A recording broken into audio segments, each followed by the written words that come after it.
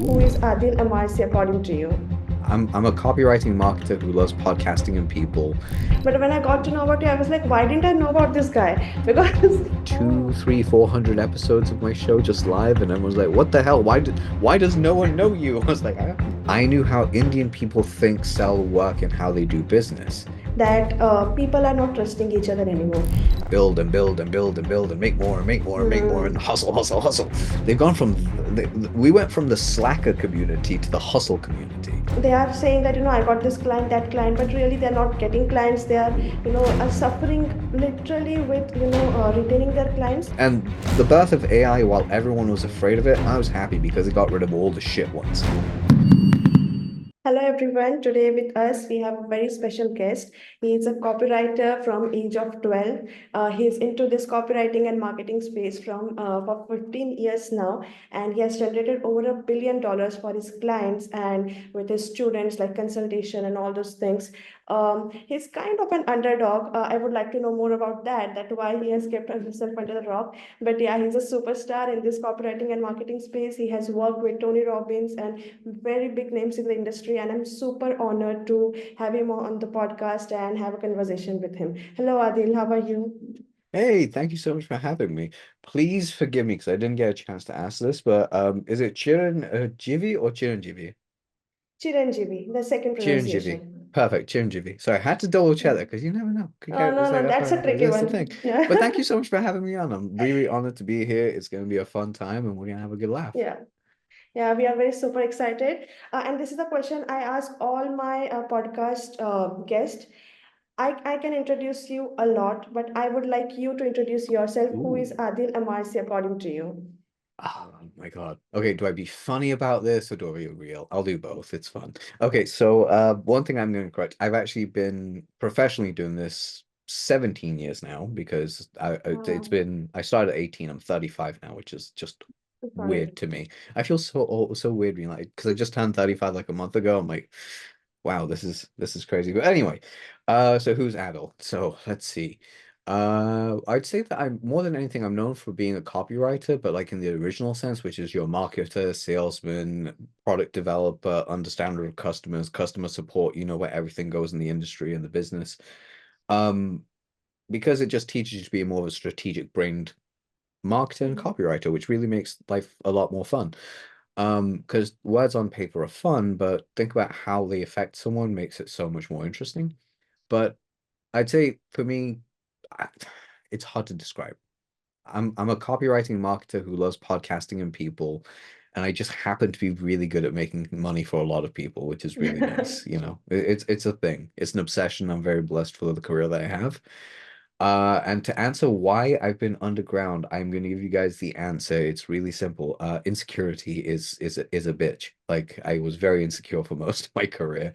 Because I was young, I didn't know what I was doing. I was trying to like, you don't know things. And Right. annoyingly, as my friend Kat, I don't know if you guys know who Katya Varbanova is, but if you don't, get her on the podcast. She is a legendary, she's a social media queen, knows the stuff, has been around for a really long time.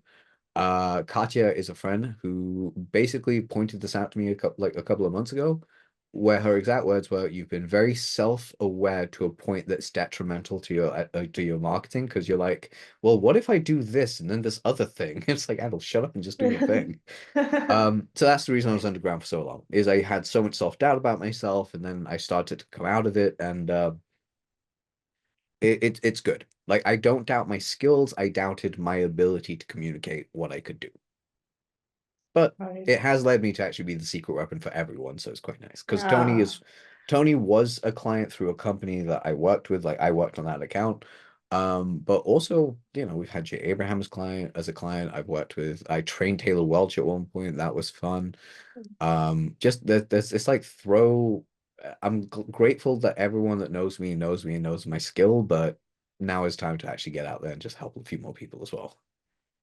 No, no, that's exciting. Actually, honestly, that's my bad that I didn't knew a lot about you. Oh, it's okay. But when I got to know about you, I was like, why didn't I know about this guy? Because there are so many things, and I Oh. saw you. Oh, sorry, I just to saw. interrupt here. Sorry No, to no, interrupt. I was no. going to say, like, the thing that cracks me up is this happens, that's a comment that so many people tell me simply whenever they find my podcast, like my old podcast. I've, maybe launching a new show soon. I've been saying this for a while, but I'm building on it. But my last show, yeah, people didn't realize that I'd been a podcaster for like 8, 9 years. So I'd like two, Oh. three, 400 episodes of my show just live, and everyone's like, "What the hell? Why does no one know you?" I was like, "I have terrible marketing, I guess." No, that happens. Like people who are great at marketing, other people, they themselves, like with them, they just, somewhere lose the track. But yeah, Yeah. that's awesome that finally I got to know about you. I'm very actually excited about this. Thank you. Okay. So now, when you said that you have been in the industry for, like you started working as a 12-year-old kid, and then I guess Yeah. I heard in your podcast that you became pro at 18. You Hmm. were doing the Thai boxing thing, and then Yeah. also you also wanted to do something around comedy. Yeah. But then you got into, I guess, network marketing. You got to know a lot about marketing and stuff, and then basically your journey started over there. How is the journey, like how you feel about your journey, like at 35 years old, for that 12-year-old kid, how you feel about your Wow. journey? I wish I'd found my self-esteem quicker. That's my only thing. I really wish I got there so I could position myself better, but everything happens for a reason. Yeah. And you did your research because usually no one listens to those. It's like, yeah, oh my God, someone actually listened. So thank you for that. One thing I will just say, because I want to clear this up because someone might have this question. How did I start at 12 but go pro at 18? I unconsciously was writing for my dad's company. I didn't know what I was doing. I was just more streamlining ideas, which is why I say I started at 12. Um, but yeah, no, I started my actual writing career as a copywriter at 18. And how I look at it, looking back 15 years ago when I was 20 to now, I'm glad I didn't give up. I'm really glad I didn't give up. I wish I executed more on some ideas that I had because when I did, I had these ideas and then someone else would get the same idea and they'd execute while I was still thinking. Like, damn it, every time. But you learn lessons and you get better at it as you grow older. But no, it was a good career. It's been a very good career, full of ups, downs, crazy situations, and I'm like, cool, let's go. Awesome. And now, when you said that, you also wanted to explore, like, for example, you were doing Thai boxing, comedy, and all those things. Did you ever felt inside that doing marketing, I should also side by side pursue those sides because they are something that I may be left behind? Is that something that came to your mind? Yeah, a lot of times. Something that people only really get to know about me is when they ask about it is I love combat sports. I'm that guy. Like, if you sit down and talk to me about boxing and expect me just to tell you Muhammad Ali's my favorite boxer of all time, he is my favorite boxer of all time. But like, if you sit there and just go, yeah, he just likes Muhammad Ali because everyone likes Muhammad. No, it's Oh. because I'll break down every one of his fights and tell you why I love him, how he moves, look at his movement, his idea, and uh, just like look at the way he does things. But then afterwards, at the same time, I'll start bringing up fighters that most people don't know, like Aaron the Hawk Pryor, like one of the greatest fighters of all time, or everyone knows Tommy the Hitman Hearns because he was the Hitman. It's like, the 80s, the middleweight division was like insane with Ray Leonard, Marvin Hagler. You had all these great guys. See, you got me talking about combat sports. This is what happens. I start going. But what I'm saying is I did have a lot of I've kept martial arts in my life for most of my life. I've had a few blips. So I've been training martial arts since I was 18, since I was 12. Mhm. I was off martial arts for 4 years, then again off for another three. So like I've missed 7 years in an otherwise 23-year career of doing this. It's been a long time of doing them. But what I'm getting at is I'm grateful I can still pursue them. I'm sad I never got to pursue them to the full extent I knew I could have gone after them. Um, but we like to say in my community and in my family, what was meant for you will come to you. Yeah. What was not meant for you will pass you by. And there's still time for comedy. Like that's the big thing that I'm really happy about is comedy doesn't have an age. I can get into this when I'm 60 Yeah. if I wanted to, but the older I get and the more freedom I have with certain things, and life changes as you get older. Um, the more I'm very much looking at like, okay, how can I automate more of the stuff I know how to do, and how can I pursue the stuff I love to do? And I know Right. I'm in a very privileged position to do that now. Um, but yeah, that's kind of like where why how do I put it? To answer your question, yes, I have thought about the other careers, but I've also made peace with not pursuing some of them. Got it. And with your existing career that is basically copywriting and marketing, specialized in copywriting, how do you, feel like, for example, you said that you have written for almost 422 markets. What's Yeah. that all about? And like, are there even 422 markets? Like, Yes. So I was talking markets and niches. So like you'd yeah, be no, no, I surprised. get So that. like so it's like weight loss for pregnant women, or weight loss for new mothers, or weight loss or for like yoga for women who are just in their first three trimesters. Or there's stuff on mental health for teenagers, mental health for men, mental health for women. There's like so many different niches and stuff like that, and each one has a different voice, by the way. Yes, some of the voices Hmm, can cross over, but you need to be able to adapt the message to the audience and know the nuance. Like for right. instance, I can sit here and tell men, like in a sales letter, I can tell to a woman and to a man, I would say two very different things when trying to get them to buy, just Hmm. purely because they're driven by Yeah. different things. Um, And it also depends on the type of man I'm talking to. Is my avatar a very strong, dominant, powerful man who goes after it in life, but inside just wants to be hugged? Okay, I gotta write to that person. Or what if they're like a hmm. very well-adjusted human who just needs someone to tell them it's okay to take a day off? How Hmm. do you communicate these different things to these very vastly different thought processes in men? So like they split up the different industries. And how it feels like is, oh my God, your brain feels at times like it's ripping itself apart. But if you master exactly how to talk to your clients, you don't have to do it that much. So the way I did it was brains are amazing to start with. And the way that I use mine is I would interview my client. So I'm going to walk you guys through my copywriting process of how I take on clients. So Sure. I'd interview my client, and I Mhm. like to capture my client's voice. And what I mean by that is when you read my copy next to my client's copy, there's like a 95% match in voice. Like I people see. will be like, did this person take a copywriting class? Because it sounds like them, but Yeah, it's better. And it's yeah. just one of those little weird things. I had the pleasure of doing this for a friend of mine very, very recent, like a week ago, where I wrote a whole email to her list. And I just sent it to her like within an hour, just sent it off to her. And she goes, that was like one of the highest clicked emails we've got. People Uh, really loved it. She's like, I was getting emails back going, holy crap, this is really great. Please keep writing like this. And even in the email at the very end wrote, P.S. I didn't write this email. Adil Amarsi did. You know, you'll see him at this weekend for the seminar that we're doing. Um, so it was just one of those things that like really, really stood out. Sorry, my brain actually just froze for a second. Where was I going with this? There was a reason I was telling you the story. Oh, understanding client voices, that was it. So when you understand someone's client voice, you're able to actually capture that thought process. And the way that I do it is I take my client on and their business on like a movie or a TV show or an episode.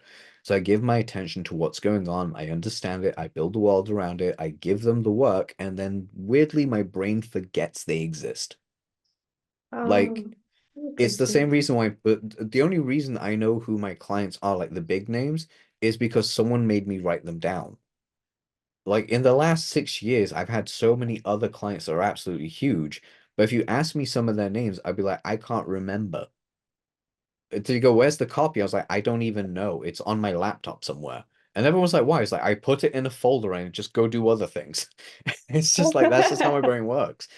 Um, but like I do a lot more consulting as well. So like I'm able to just consult and there's Zoom recordings and we're all done. But anyway, going back to it. So once I've spoken to my client and got that voice, after I put them into an idea of a character of who they are, what I do, even though I forget the work and the marketing or whatever it is, I don't forget the idea behind what was there. I don't forget the avatar, the psychology, the profile. Hmm. That is now a character up here that lives forever.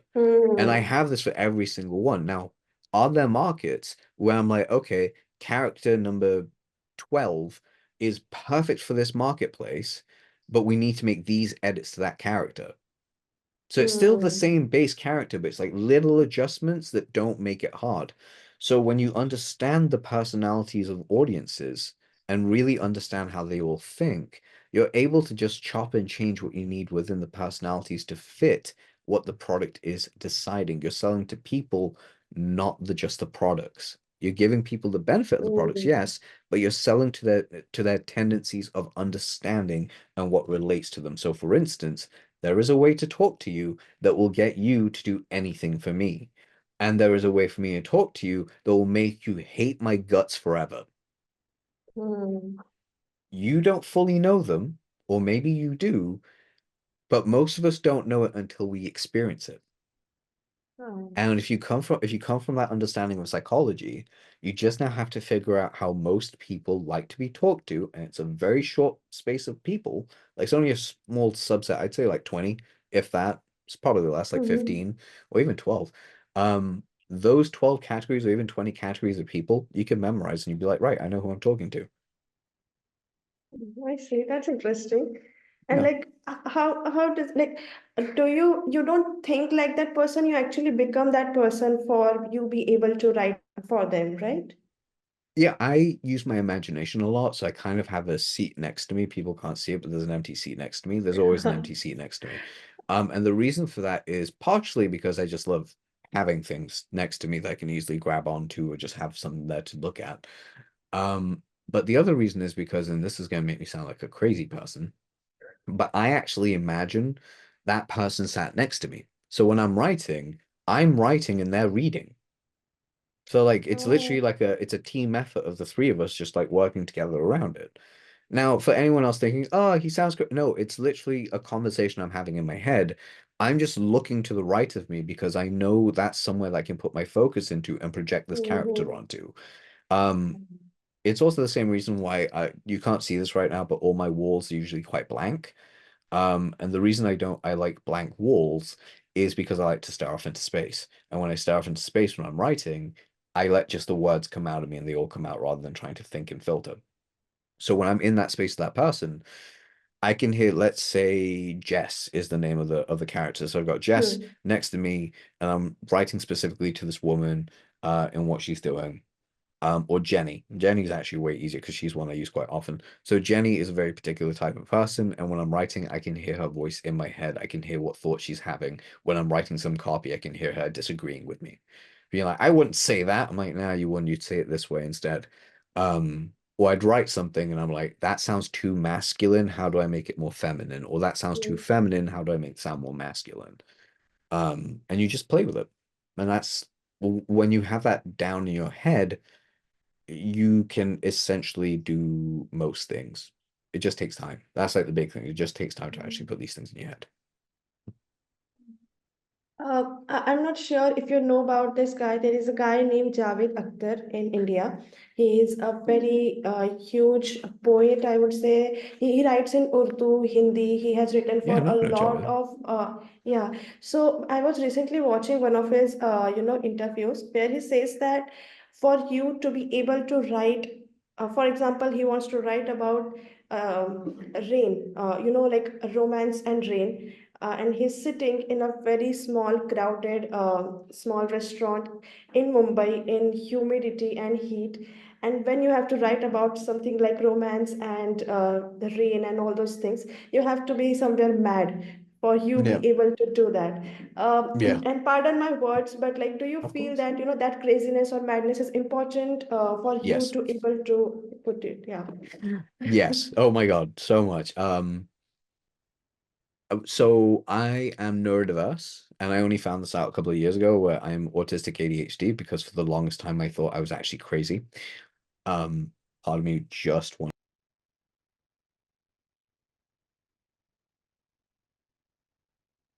part of me there. Bit of a dry throat. So for the longest time I thought I was actually crazy. I'm not crying, by the way. This is just basically because I haven't grabbed any water yet and I'm looking around if there is any. Um, If you want to Essentially, take a if you oh, want we to will have in a water. second.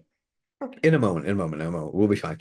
Um, No, you actually have to have some level of madness, though. Like, you do have to have some level of craziness because you have to be able to get into the heads of other people in order to understand what's going on, and more importantly, be able to play a different character while also keeping your own Mm, sanity. The right. problem is if you don't know how to create that grounding center person that's there, you're going to end up causing this could cause personality splits in some people because they get so engrossed in their character unless they know how to anchor Mm, back. They do this with acting as well. When they do method acting, you have yeah. to know who you are before you go into a character. Um, so all of that to say, yes, you do need to have a little bit of madness in order to do some of the greater things, but keep an open mind. I always tell people, know who you are and then explore the craziness. Yeah, that makes Yeah. sense. Right. And when you talk about you're from Tanzania, your family is from Tanzania, do you think, and now you're settled in London, I mean, like, London, and then you are In now the in UK, West, yeah. yeah, Yeah. UK, yeah, I would say. So, do you think this multicultural, I would say, your whole, I'm sorry, I'm lacking words. We Oh, can it's cut okay. this. No, no, I know what you mean. So like basically if I'm Yeah. trying sorry to put words into your mouth this, but are you trying to ask me has my multiculturalism helped me essentially in Yeah, my like it career? has basically impacted your personal life and your professional life, and how it Yes. has impacted. Yeah. Oh, okay, yeah. So how it's impacted. Goodness. It's really strange because I sometimes don't feel accepted in both worlds, but I kind of love both. Like it doesn't bother me so much. Like in the UK, it's very welcoming. People like me. I mean, I sound English as can be. Like I have a very English voice. I know I have a slight American accent from time to time, but I sound English. Um, especially when I actually have to put on an English accent, and it's far more easier to do so, and people Oh. realize my English accent is actually flawless, with a little bit of problems with the R's, but as we do. This is what I You mean. speak in this way. I really love that. Just keep talking in your English accent, sir. You'll be fine. Um, Yeah. but this is what happens. Like when I'm working, for some reason, my voice goes into this pitch just simply because it's more of my it's what it's used to. But anyway, going back to it, how it's impacted, it does become a little bit difficult in my personal life and in my professional life, as much as we don't like to admit it, there is a little bit of racism that comes into play where, I've actually had other people be interviewed or be taken on or be taken seriously or paid more simply because I was of a different ethnicity and they didn't, and some of the clients and some of the people don't actually know that I know this. So as much as people say, oh, I thought, no, I'm like, no, it's confirmed. How's it confirmed? Well, why would you interview someone I trained on my methodology but won't interview me? Doesn't Mm. make sense. Make it make sense. I mean, this is what I mean. So in that sense, it has impacted. Um, I did have a conversation about 10-ish years ago with a friend of mine about changing my pen name. So I should stop going as Adil Amarsi and actually use a different pen name that's more of a Western name, and Mm. use a Western profile and just see if I get any different responses from clients. Never go on camera because I didn't have to, but just talk to them. Mm. Um, I thought about the idea and I was like, nah, seems like too much hard work and I wouldn't like to do that. It's too much of a second life upkeep thing. I don't want to do that. It's too much work for my brain, especially because it takes away from the focus of what I want to do, which is just to keep getting good. Um, but professionally, like, and that's what I mean here. So, like in the UK, there's some issue with that, but when I go back to Tanzania, the problem with that as well is I sound English. So even when I speak my mother tongue, I sound like a white guy speaking my mother tongue. Ah. It's really funny. Like Ah. Tanzanians are very lovely. Like they love that I can still speak my language, but they still make fun of me like a lot. They'll be like, look at look at the little English man. I was like, oh, I hate you guys so much. But they're loving. It's wonderful. Like people just in the street do this and they do it quite funnily and it's an endearment thing. But anyway, how it's impacted me professionally though is it gives me a wide understanding of how people work from different cultures and backgrounds. Like I'm not blind to how ethnic minorities Mm. work. So for instance, I'd say I've got 3 out of the 4 ethnic minorities covered. Meaning I grew up in the West, I know English people, I know what Americans and like Europeans, Caucasians think like. But I've been around brown people because I am brown. I'm mostly of Indian heritage, but I'm a mixed heritage as well. So that part, I knew how Indian people think, sell, work, and how they do business. I'm also Muslim, so I know how Um, Arabs do business as well because they follow the rules that we all do. And on top of that, mm, I know how Africans do business because I mostly grew up around other people that were Tanzanian. And when I mean Tanzanian, I mean black Tanzanian. And I know how they conduct themselves because I'm part of the community in that. So with those elements, I'm able to sell to a wider variety of psychology because I'm open to more field subjects. It's not just like I'm saying this thing works and then you go to a person of different ethnicity and it doesn't work for them. You've got to know how to mm, change the message, but you got to do right. it effectively. And that's the problem a Mm. lot of people don't know how to do is how to effectively change messages um, in different industries based on the ethnicity of who you're selling to.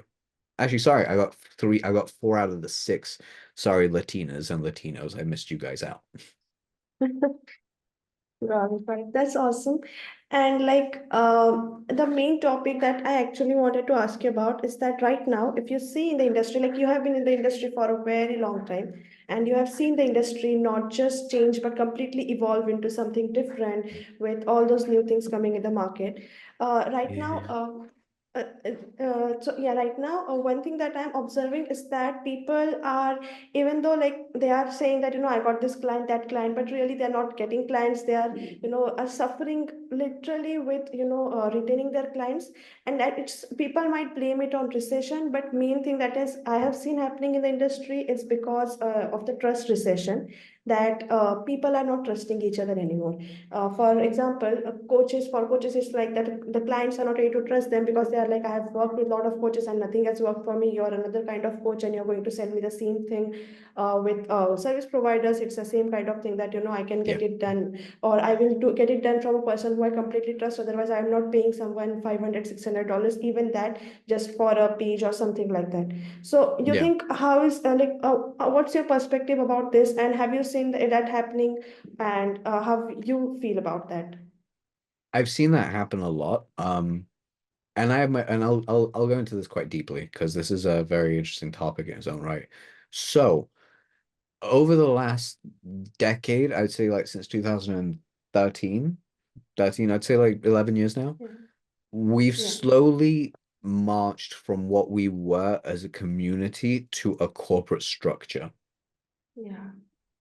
And I don't like that very much. Yes, we do like corporate structures because they work, but the reason many people, because I come from an era where we didn't call it digital marketing, we called it internet marketing.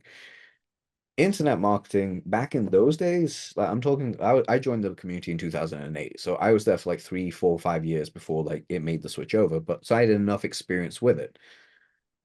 But the internet marketing early days, like the early Warrior Forum before it was sold, holy crap. I'm like seriously, it was the one place where people just shared how to make money online. It was incredible. Um, and how do I put this? People are making money and doing the thing that they love to do. Like there are people making like 2, 3 million a year, um, and they'll be like, "Where are you?" It's like I actually live on an island, and I've not worked for the last year and a half. One of my mentors, shout out to Jenny Hott, um, but Jenny is amazing because Jenny since 2000 she's been in the industry for years, but since 2007, she hasn't had to work a day. Like her business just oh, is automated. So she literally crushes her business in the way that she does things. But it's gone from that ragtag group of like, I'm making money, pardon me, I'm making money, but I'm spending the time wisely. Meaning I'm not like going mm, into like build a legacy. I need to like build and build and build and build and make more and make more and make more and mm, hustle, hustle, hustle. They've gone from we went from the slacker community to the hustle community. uh, Like we were the guys. Like the funniest thing is there was Frank Kern used to have this. He was the king of the slackers. He used to have the underachiever method back in the day, which gave us people like Jason Moffat. But the underachiever method was all about how do you make money while being as lazy as humanly possible? How do you make 100K a year while working maybe 2 hours a day? Like that was the big promise. And today, now it's like, let's work as hard as humanly possible on weekends to show you that I Hmm. really care. It's like the hustle cultures come in. And because of the hustle culture from corporates come in, so has all the bullshit that we try to escape. Like you need to be Hmm. working this many hours. I don't care if you're not at your Yeah. desk. You owe me fuck you guys. This is my only response to those people. Um, and I'd say the reason why people have a hard time trusting people is because you had Dan Locke's idiocy and influence. And yes, I called Dan Locke an idiot multiple times. It's true. I'm sorry. It just is. He's a great salesman. I'll tell him that. I'll give him props for what he is. Terrible copywriting teacher. Did not appreciate any of the stuff that he did because he basically told people you can become a copywriter and make $10,000 a client tomorrow. Now, the problem is if you are confident and you ask your client for 10 G's, they will give you 10 G's. But here's the problem with them. They were getting paid and following the Richard Branson book of I'll take the money and then I'll figure it out later. The problem with that, with a skill Ah. like copywriting, you need about 3 years to get good enough to, in my opinion, charge 10 G's. Like some people, yes, out the gate they can and they're special, they could be good. But the majority of people honestly are shit copywriters. And the birth of AI, while everyone was afraid of it, I was happy because it got rid of all the shit ones. Like 100% gets rid of them because their copy is generic. They don't understand. There's too many problems. They're not there with a client. And the problem is clients are not waiting or patient anymore. Like before, we used to have, to give you an idea, Mhm. I when I take on client work, I do not accept contracts less than 3 months, meaning it'll take me 3 months to get the work done. And I better not hear, how's the copy going? Ooh, can I see the copy now? Yeah. Are you ready? You say that to me, I will fire you and not give you your money back. Because, like, no, fuck you. I'm working. Because it takes me, like, do you go to an author and ask them how their book is going while they're writing it? No, you let them write. You don't Yeah. interrupt a chef halfway through cooking to go, is your food okay? While they're making shit. They'll stab you. They just will. They're like, I'm going to cut you because they got a knife in their hand. Yeah. Anyway, that aside, what I'm saying is that essentially it takes time.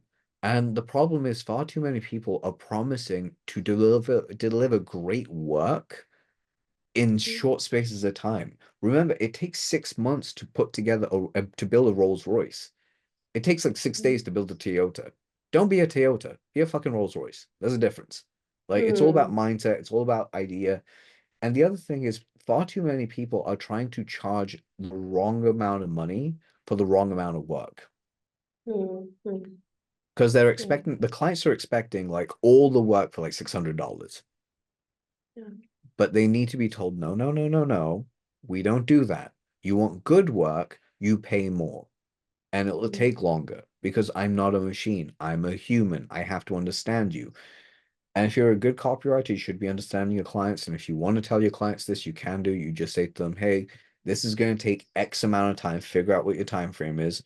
Don't be shy. If a client says to you, oh, no, by the way, don't tell them the thing and wait for them to respond. Ask them, okay, so I need to know two things. What is your budget for this? And what's my time frame? If they go, oh, the time frame is 1 week and the budget is $100, I'm like, okay, I'm not the right person for you. Thank you so much. Or they're like, it's $2,000 and it's 6 days. I'm like, okay, maybe I can work that. Let's see what happens, right? Hmm. But figure out what numbers work for you. If they don't match it, don't take it on. If you're like, okay, this person is, it's they've told me they've got no time limit. They just want to get the work done, but you tell them and they work to it. You just say, listen, it's going to take us 90 days. It's going to take us 60 days to do all the stuff that you need to do to get your sales page up, to get your emails done, your lander, the ads, blah, blah, blah, all the stuff we're Hmm. delivering to you. It'll take this amount of time. And even tell them, look, the longest thing that's going to take me to do is to write the sales letter. Why? Because I've got to think about what you do, go through your program, understand the Yeah. offer, got to go through everything, do my research. And once I've done that, then it's going to take me time to write and edit that. Once that's done, everything else is secondary. It takes less time. And they'll be like, oh, okay, that makes way more sense. Because when you explain it to them, they're human. They'll understand. They have Um, feelings. They get it. And the idea is once you start, and the reality is once you start saying stuff like this to your client, you start establishing trust markers because you're giving hmm. them reasons. You're not bullshitting them into, I can do this the fastest and whatever it is. You're telling them what the real price is, and you tell them exactly what the real time is. If they Hmm. say no to you, say no worries. Don't be a dick about it. Literally tell them, I wish you well. Let's keep in touch. Because sometimes people are like, oh, hey, you know what? I'd love to, but now I just can't. There's someone else. They're cheaper, blah, blah, blah, whatever it is. I've had this so many times. Someone goes, oh, can I come back to you if this other copywriter doesn't, work Hmm. out? Excuse me. My response is always the same. Of course you can. But I'm going to tell you two things. I already have at least two more phone calls booked in to actually see whether or not I'm available. So I always hold every single one of my client contracts for 72 hours. So you have 72 hours to give me a choice whether or not we're working together. The answer is no. I would Hmm. appreciate a polite message going, hey man, sorry, not this time. Make it nice and easy, and we'll probably have a chat about some other stuff. Do me a favor, send me your favorite comedy routine. I want to see who you find funny. It'll be really great. Can you do that? And they're like, yeah, of course I can do that. Like, lovely, would love that. Um, then what you do, really simply, is you just basically take it from that same position of like, are you available? Like, can you do this in 3 days? Like, let me know. Um, and then I just told them the other part, which is, oh, by the way, if you come back to me, just letting you know, my price may change. And they're like, why? I was like, well, it depends. If you come back to me like in a week, my price isn't really going to be that different, unless I already have a new Hmm. client on board. But if you come back to me in 2, 3 months, dude, my price goes up every time I have a successful client campaign. Hmm. So just giving you a heads up, this is what my price is for now. But the moment I have my next successful client campaign, my price goes up. And they're like, oh, okay. This also communicates subtly and subconsciously to them that you're a winner because what you do is your wins come in and your prices keep going up. And the only reason your Yeah. price keeps going up is because you're winning. Hmm. Yeah, that makes So it's sense. it's all about subtlety. Yeah, but like for example, I'm a service provider. I'm right now 23. I'll be turning 24 in I guess 6 days. So What? for Happy a birthday. person, oh, thank you, thank you. So for example, for me, like I am in the industry for almost 5 to 6 years now. I've Congrats. started working around 18, 19 years.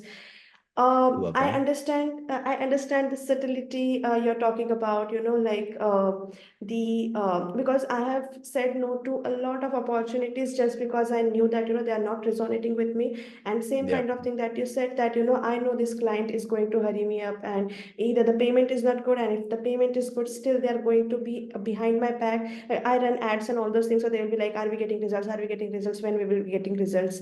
And that's something that I don't resonate. I'm like, I need to do my research, I need to do all the things right, and then when I set up the ads and all those things, afterwards we will do the testing and all those things. So it's a 2 to 3 months period.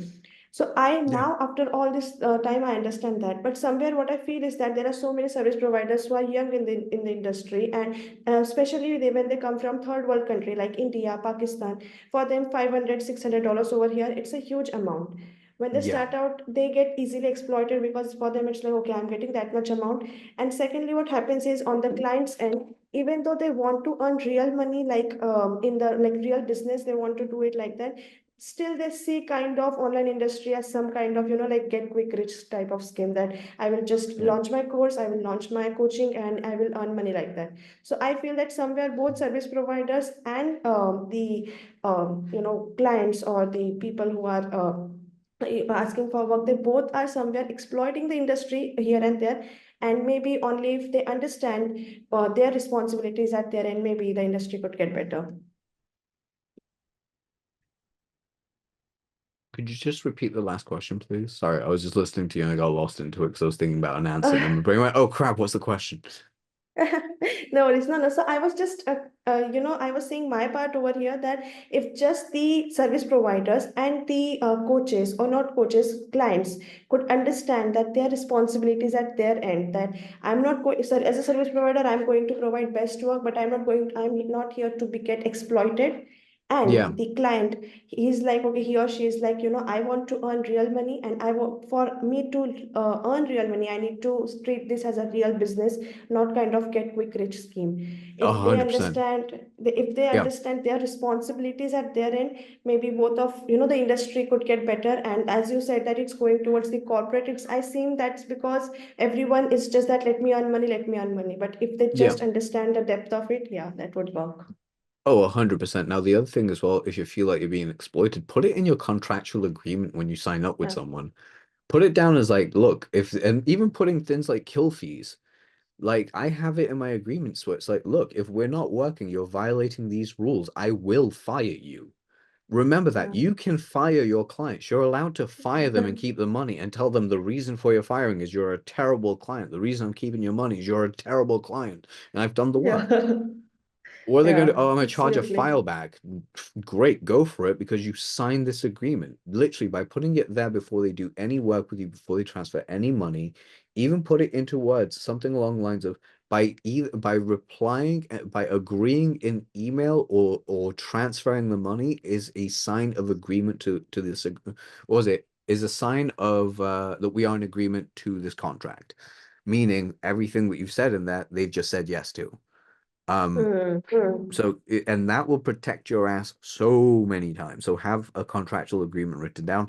I know some of my marketing friends don't like it, but I don't honestly care they don't like it. Yes, you might lose out, but at the same time, I look at risk management, and the risk management is quite simply this. If you can trust them, great. But for the majority of people, don't do it. Make sure you have something in writing.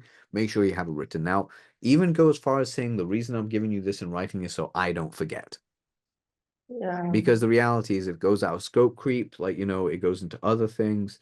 You could be in a very bad situation and no one wants that. So, and you end up resenting the client anyway, which is not what you want to do, and that's not what they want to do.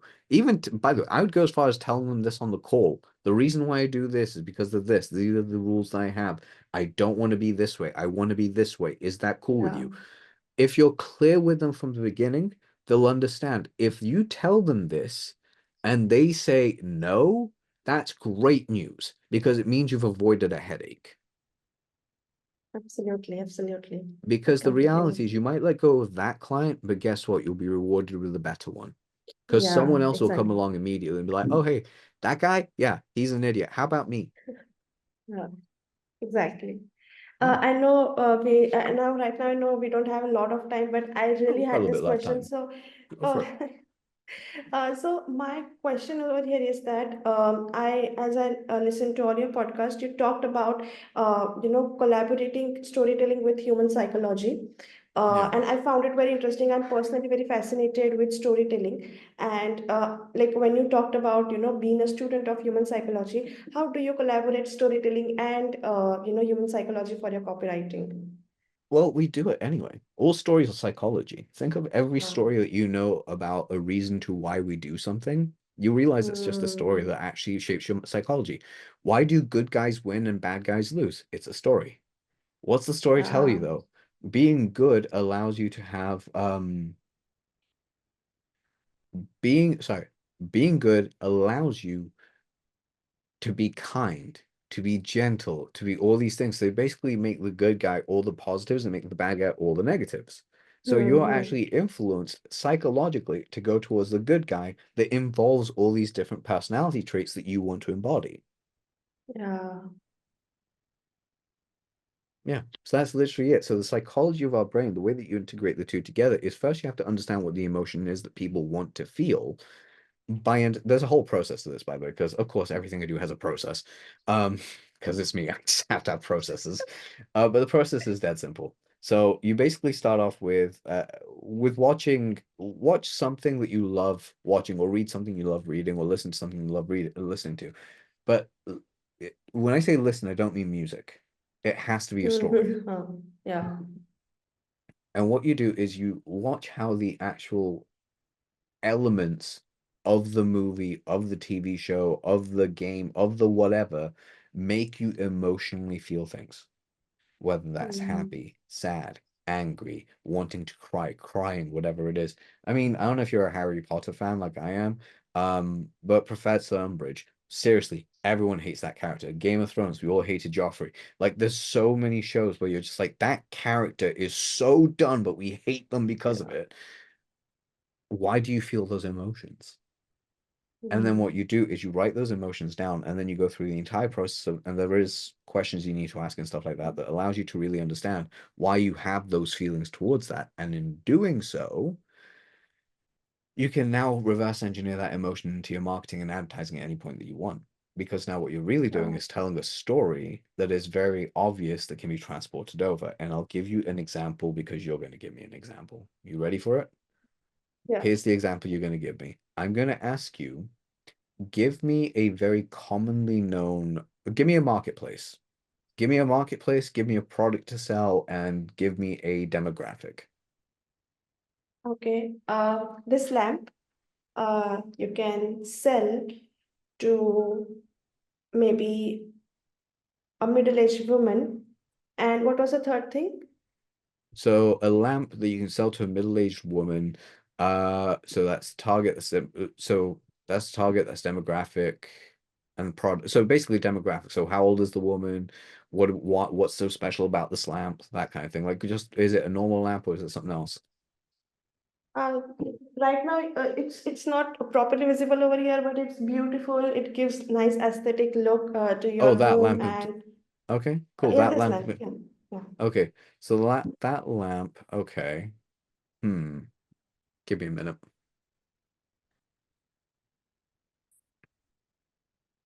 So what's the story that we want to basically so we got to look at the story that we want to tell here, right?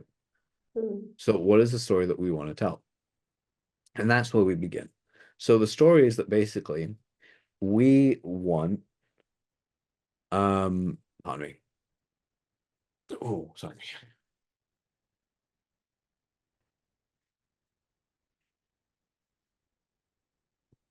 Sorry. Just had a very quick message from No. my apprentice. So what we have essentially is product lamp woman. How old is the woman? Maybe between 40 to 50 or 35 40, to 50. 4. 35 Yeah, to 40. Let's go 35 to yeah, 40. Okay, perfect. All right, here we go. I'm just selling this lamp, okay? Now let's just yeah. say this lamp had a story, right? It's a very special lamp, has a story. And the way that you would basically do that is simple. Is you could watch Aladdin, Um, because Aladdin is a perfect example for this. The salesman at the very beginning of the movie is trying to sell you a lamp. How does he sell you the lamp? By telling you the story of Aladdin. yeah, This lamp has powers. In fact, there was a genius. boy who was here that was just once a street rat became a prince by rubbing this lamp. And you're like, ooh, I'm all invested. So how do you take the same story of Aladdin and then transport that into your lamp story? Well, very simple. You can just say something, you can literally rip it off word for word by going along the lines of um, you can just say, "Hello, my friend. Come in closer as I share the story of how this incredible lamp changed a woman's life forever." And then you just go into the story about how, like, I know what you're thinking, but before you think this is complete BS, I urge you to wait and read every word below this amazing tale. And um, this amazing tale. Hold on. That's why I don't like people calling me when I'm doing like I hate it when I love people texting me and I don't like phone calls. But anyway, um so let me tell you the story of this amazing lamp, and then you go into the whole idea around it. It could be this lamp was actually hand stitched this lamp was hand stitched in the 18th century by this incredible king Hmm. for as a gift for his wife, and then it was passed down through generations and blah blah blah blah. And then eventually it came to my grandmother. She loved it so much, but hers broke. And it was because of this she decided to mass produce this lamp by having her son create it in his lab. My father made these at his business. Before long, friends started asking why this lamp looked so beautiful and where they could buy it. And my grandmother would tell them, you can't buy it anywhere. My son made it. This Oh, gave my dad the idea to sell the plans and the architecture of this lamp and the designs. And today you can take home one of your own special. Again, in between this, I'd add uh, more story and whatever it is, but you can just go like, and today it's your opportunity to take home this lamp as well. If you want to add some magic to your life, blah blah blah blah. If you want to light a room and make it look beautiful, it's a great thing. Go here and buy it. Because the reality is with lamps, you don't really need to use a store to sell it, but you can if you want to. Lamps are very simple to sell. Lamps are, does it do the function I need it to do, and does it look aesthetically pleasing? right. Like, and the other way is you can just say this lamp automatically changes to day and night, allowing your brain to follow its circadian rhythm to allow you to actually get to sleep at nighttime without actually having too many issues. I'm sold. So yeah, do you see how it all like would work out in that way? Yeah, yeah, that's beautiful. That's really beautiful. I really love that example. Even though I have one, I would want to buy one. Yeah, I mean, it's just one of those things because what you're doing is you're just speaking to the idea that someone's Yeah. there. It's just basically like what they do. They just really understand it. Like, oh shit, okay, fair enough. Awesome. Thank you so much for giving us your time. It was really You're lovely to welcome. have you here. Thanks for What's having me. new for you now? Like, what's next? Like, what should we expect next from you? And what's exciting news that, with your professional work and everything? Uh, wow, that's okay. So let's see. I am currently launching a new newsletter, which is kind of fun, but it's gonna be on LinkedIn. But you guys can join that soon enough. I don't know when this goes out, but it should be on greatestcopywriteralife.com/newsletter. Or you can just go to greatestcopywriteralife.com and join my mailing list with the free giveaway that we have there. I'm currently taking all my stuff and redoing it into like I did build a single course platform called the Encyclopedia of Copy, but I'm Yeah. changing parts of that out to make it more affordable to people. Part of me just and outside of that, I'm always happy to do podcasts. I'm going to be traveling a lot more. And that's pretty much it, really. That's the new stuff for me as we go forward. So if you want to Awesome. follow me on my journey, follow me on Instagram, or LinkedIn. My Facebook is like the easiest place to find me because that's where I post most of my content, but I don't have a lot of space for friends. So if I don't accept you, I'm sorry. But you'll be able to like get in touch with me by most means. You can email me. I'm a very easily accessible kind of human. I mean, that's how we got talking. You just sent me a message. I was like, oh, hi, nice to see you. Yeah, that's awesome. That's awesome. I'm really happy that we did this, and I'm looking forward to another one whenever, we can catch up again and we can Oh, do for this sure. one. But thank you so much for your time, and yeah, bye-bye. Take care. Thank you again. Bye. Bye. Bye.